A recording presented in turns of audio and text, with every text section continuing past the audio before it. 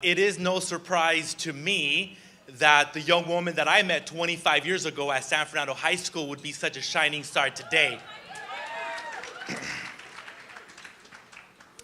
She loved government. She loved government class in high school, and she followed politics very closely. She watched the McNeil-Lear Hour on PBS every night of the week. She knew exactly what was happening in every corner of the world on every given night. I unfortunately had to take government class twice to be able to graduate, but that's a different story. In talking about history, I would like to say that Hope is very fortunate and blessed to have someone like Belinda Barragan on their staff, who I met 20 years ago, pounding the streets of Pacoima and San Fernando, doing the good work, registering voters and empowering Latinos and Latinas to become part of the civic process in our neighborhoods. Nury, even as a high school student, was very active, working to make the world a better place, from organizing the student movement to improve the way teachers were treated at the LA Unified School District, to organizing actions against the closure of Price Pfister in Pacoima, where her mother worked. Nury has always had a passion to make things better. Today, as the city councilwoman, she continues a struggle that began a long time ago and serves an area that needs strong and effective leadership as best as possible. I am proud, of course, to call her my wife, but I am more proud to call her my best friend. And it is now my honor to co-present with Hope Board's Chair, Dolores Arredondo, the Ray of Hope Award to Los Angeles City Councilwoman Nury Martinez for her extraordinary achievements and active involvement in opening doors to break the glass ceiling for all women. Please welcome my remarkable wife, Councilwoman Nury Martinez.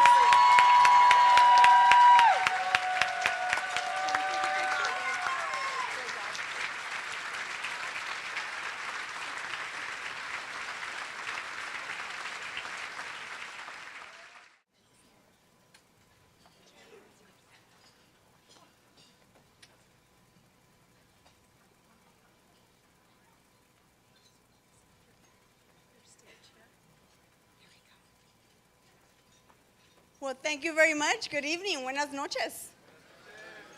Thank you, honey. That was great.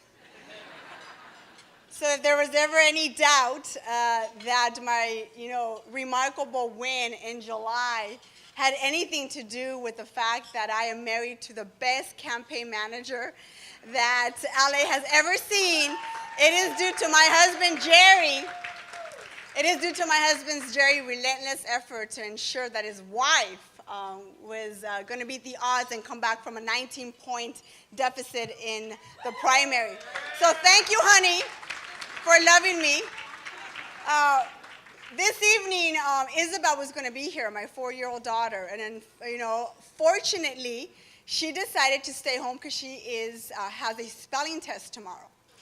And as a family, we try really, really hard to ensure that Isabel stays grounded. We have a lot of events during the day and in the evening, and so Jerry and I do our very best to co-parent. And Isabel, I think, made the right decision. I love my baby girl. I'm very proud of her, but we wish her luck in her spelling test tomorrow, and I hope she's in bed by now. And I wanted to thank Ana Guerrero. Can you please stand, Ana? Just an absolutely trailblazer. And to your amazing family and your children, you're right, we haven't had an opportunity to work together, but every time I meet a new person at City Hall or I'm working on a different project, everyone points to the fact that you are amazing and they talk about your story. And I want to get to know you better and work with you and make the city better for not only women, but for our kids. So congratulations to you on your honor.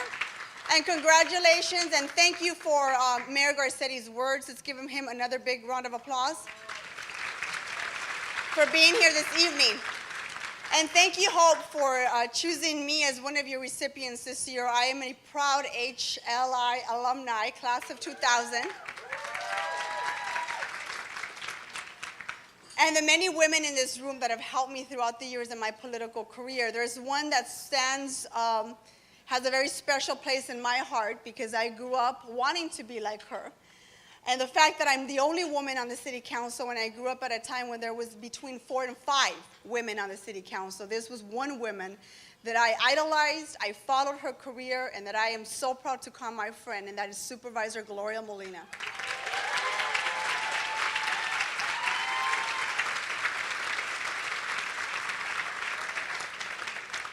You know, I am very lucky that my parents were very progressive for their times. My dad is 82 years old and my mom is 76. And my mom taught me and my sister that if we wanted to change the state in which we lived in, we needed to get involved in our community.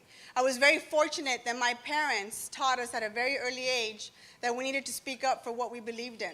When my mom lost her job at the manufacturing plant across the street from where we grew up, my mom did something about it. My mom wanted to ensure that her workers were represented and that her city officials knew that this big company that employed 1,800 people at one point in the Northeast San Fernando Valley had fair representation, that we did everything humanly possible to save those jobs. It is because of my mom that I became active in Pacoima in the Northeast San Fernando Valley. It's because of my mom that I began to fight the good fight to ensure that not only her and the 1,800 other people had fair representation, that we marched and did everything possible to save her job. Unfortunately, the company left, and a lot of our families in the Northeast San Fernando Valley lost their jobs. And I grew up at a time where it was very scary, where my mom was getting older, and the prospects of her getting a job that paid $14 an hour in the 1980s and 90s was very challenging. But I had a tremendous opportunity to later get involved in politics and help other women get elected and organize.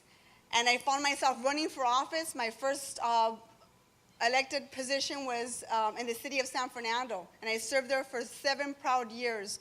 3 of those, I was mayor of the city of San Fernando. And I was fortunate that when I was 7 months pregnant, someone came to me and said, "Would you like to serve on the LAUSD school board?" And I said, "Are you crazy? What am I going to do there? I'm not a teacher. I never have been." But I was 7 months pregnant, and I am a proud product of this school district. This school district did right by me and my sister, and we need to ensure that every single child in the school in LA Unified has fair representation on this school district, and I ran. And I ran pregnant, which I will never do again. And I won, and I had Isabel 2 weeks before I got elected to the 2nd largest school district in the country. So when we talk about a little deficit like 19 points, and you compare that to being pregnant and running, and then having the honor to serve on the 2nd largest school district in the country with women like Monica Garcia. Because we fought the good fight, comadre, and you're still there, and I support everything that you do. And the 4 years at LA Unified taught me a whole lot. Taught me that our children deserve better, that the quality of education at LA Unified School District needs to improve, and that even though we had 4 years of tremendous budget cuts, it taught us something about ourselves. That we're not going to give up, that we're going to continue to fight, and we're going to continue to elect good people to the LA Unified School District. But it's unfortunate that I find myself as being the only woman on the LA City Council. This did not happen overnight. This has been happening because a lot of the women, when they do decide to run, and I'm going to be very honest with you, don't have the support that we need to do so. It is very lonely to run for office. It is very lonely. It is very exhausting, and we need the support from women to be able to do this, the network of support of women to be able to run, not to be asked to run, but to run because you know that you can do the job as well as a male counterpart. And you have to do that with conviction, and you have to do that with the responsibility of your entire community behind you. We have to support one another emotionally, and we have to support one another financially. And we are not doing either one of those things. So to be the only woman on the city council is sad. We are a city where we make up 52% of the population are women. We have 4 million people in the city of Los Angeles. We're the second largest city in the country. And we're down to one woman that represents us citywide. You've got the mayor's office, you have the city controller's office, and the city attorney's office, and 15 council members, and you were down to one woman. We have a tremendous opportunity in 2015 to engage other women to run. They are in our districts. Women are running households, women are running businesses, women are running nonprofits, and women are running other of my male counterparts on the city council, running their offices. We even run their campaigns. There is no reason why we cannot get more women elected in this city, and I need your help to do that. I want these group of women to stand up because, you know, when I was down 19 points, you know, everybody said, you know, forget about it. There's no way you can come back for that. And I kept telling the story over and over again. Well, you don't know Nury Martinez. Not only did I have an amazing husband and an incredible campaign manager that helped me through that, I had an amazing group of females that stood with me, that heard me cry, that saw me being really scared, that saw what it was to walk in 110-degree weather in the San Fernando Valley. Women like Gloria Leon, is she still here? Stand up, Gloria, if you're still here. Women like Paola Santana, right? Where's Paola? Where are you? Women like Imelda Padilla. And another really good friend of mine that couldn't be here because she's got a big law school exam tomorrow is Ana Teresa Dahan. Ladies, if you ever want to run for office, take down these women's names because they will help you raise $100, $10, $50. They will be there emotionally to support you along the way. And most importantly, they will walk precincts every single day to get you elected. Thank you, my sisters. Thank you so much for being there. And I would be remiss if I didn't mention another really good friend that I know he's here. We went to high school together. And a lot of people say, well, what's going on in the San Fernando Valley that you have all these San Fernando high school Tiger graduates being in political office? We're friends. We grew up together. And this gentleman supports women getting elected. Felipe Fuentes, where are you? Thank you very much, my friend. You believed in me and you've supported me along the way. And thank you very much to Hope and all the incredible work that you are doing. And I am going to come back because there is a lot of work to be done to make sure that our sisters and our daughters in this city get to call their other women, councilwomen, assembly women, senators, congresswomen, and why not the first female president of the United States. Thank you very much.